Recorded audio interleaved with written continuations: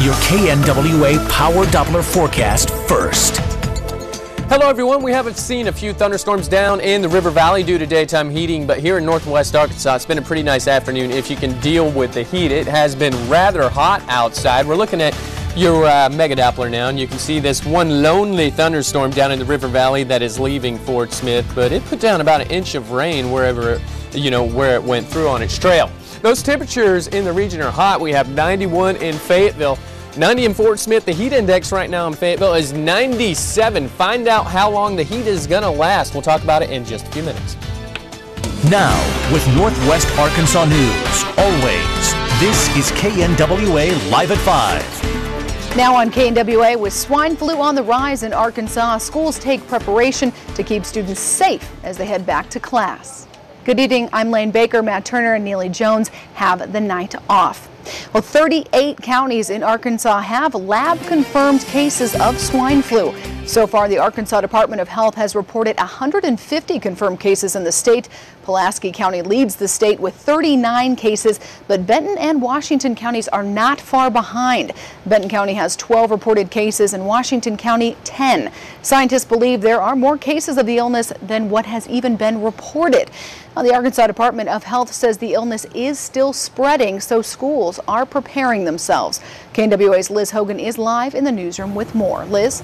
Laine, the director of the infectious disease branch of the ADH, says this is only the tip of the iceberg, and he expects to see a rise in cases when school starts back. And for some in northwest Arkansas, school starts this week. The two year-round elementary schools in Bentonville are already in session. Happy Hollow and Asbel Elementary in Fayetteville both start Thursday. Molly Lloyd is the director of nursing for the Fayetteville School District. Lloyd says she told the nurses at Happy Hollow and Asbel to keep their eyes open for kids with flu-like symptoms. She says everyone will encourage hand washing, and she says parents should keep their children at home if they are sick. Any kind of a communicable disease that spreads fast like that is a big deal for us because of the close proximity of the children and the students. Now, August 12th, the Arkansas Health Department and Department of Education will hold a special training session for all school nurses in Washington County. They will train the nurses to recognize the symptoms of swine flu as well as other illnesses. And this year, schools all across the state will be able to get free flu shots, and that includes all district employees as well. Laine? Yeah, better to be safe than sorry. Exactly. All right, thank you, Liz. Well, the Cash for Clunkers plan was such a success that the money for the program is already gone. Now the U.S. Senate will decide whether to extend the program. So how did it affect us here locally? KNWA's Alex Flippin joins us live in Fayetteville with the answer. Hey, Alex. Laine, a lot of the dealers here locally certainly did see a good turnout from this program, and on an international level, auto manufacturers are saying they saw good profits from the program. But we wanted to see how that did affect the economy here in northwest Arkansas, since most of us probably don't work for auto manufacturers, and a lot of us didn't trade in our clunkers. According to economists in northwest Arkansas, one thing that can be said for the Cash for Clunkers program. I think it has done something that the car industry desperately needed, and that was to increase car sales. But the big U.S. auto manufacturers aren't located in northwest Arkansas. Many residents in the area took part in the program, though, so does it make a difference locally? Yes, according to Mervyn Jabaraj. Every car that has increased fuel efficiency means over the lifetime of the car it's providing, lower greenhouse gas emissions and also consumes less oil. So there's the obvious environmental benefit, but what about the economic benefit? Does it trickle down to the NWA? Everybody in the economy is somehow related to each other, so yes, it does help everybody. It's a good sign. People had the opportunity to spend that money, and they're starting to trust the economy enough to do it. Local residents taking part in the program does create a local economic spur, and will continue to do so for a while to come. It's a sign of consumer confidence that even though, while the cash incentive is huge, it still requires commitment in terms of payments from consumers.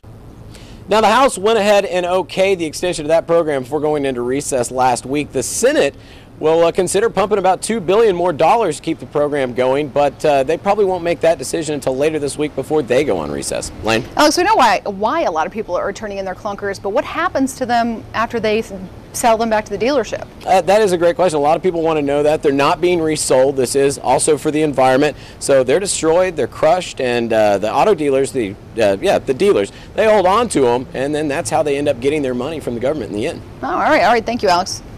Well, despite the rough economy, Tyson Foods is reporting a profit for its third quarter. The company says all of its operating segments, chicken, pork, beef, and prepared foods are making money and that its debt is down. The company says they're now preparing to make sure the fourth quarter is profitable as well. With more job cuts at Whirlpool in Fort Smith, inside sources say about 300 positions will be eliminated, but a company rep says he can't confirm that number. Reps say the cuts will begin at the end of this month, with more coming in September. Top economic advisors to President Obama say the administration will work with Congress to extend unemployment benefits for millions of Americans. Federal stimulus dollars allowed states to extend unemployment benefits, but now that money is running out as more and more Americans face long-lasting unemployment. By the end of September, it's estimated there'll be more than 600,000 Americans who have reached the end of their unemployment checks, and they still won't have a job. And just another reason to use Twitter. A new USA Today article says United Airlines and JetBlue are tweeting cheap ticket deals. The airlines are targeting Twitter users with last-minute specials that last just a few hours after being posted or until the seats are sold out. And a Benton County bailiff resigned today after getting arrested for DWI over the weekend. Melissa Bates was arrested Sunday on DWI, driving on a suspended license and refusal to submit to testing. According to Benton County Sheriff officials, this was Bates' second arrest in a few months. Bates worked as a bailiff for Benton County Judge Zolly Duncan and gave her resignation this morning. Well, taking a look around Arkansas, for just a few $100s a month, American Idol fans can check out what it's like to live in Season 8 winner Chris Allen's home. TMZ.com reports that the singer and his wife Katie are subleasing their fully furnished apartment in Central Arkansas for $600 a month. The couple is offering up their Arkansas residence because they plan on spending most of the next few months in Hollywood. Chris Allen is currently out on the road as part of the American Idol's live tour. Well, it's one of the most successful government-run program in years, but cash for clunkers may soon be extinct. Here's Kristen Welker with your MSNBC 120. What a difference a month makes, and $1 billion in federal stimulus money doesn't hurt either. Automakers are complaining they can't keep up with demand for the wildly popular Cash for Clunkers program. What we are looking at here, Andrea, is one of the best months for the auto industry in well over a year, if not a year and a half. Ford reported its best monthly sales in 2 years. Chrysler and General Motors, in bankruptcy a few months ago, say cars are also flying out of the showroom. But the program is almost broke, and some Republican senators may vote against giving it more money. Among Republicans especially, there's a great deal of concern about the massive debt that we're building up in this country. Too much taxes, too much spending, too much debt.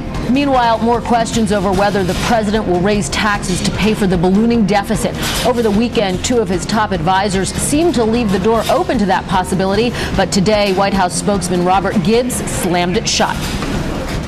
Let me be precise. The president's clear commitment is not to raise taxes on those making less than $250,000 a year.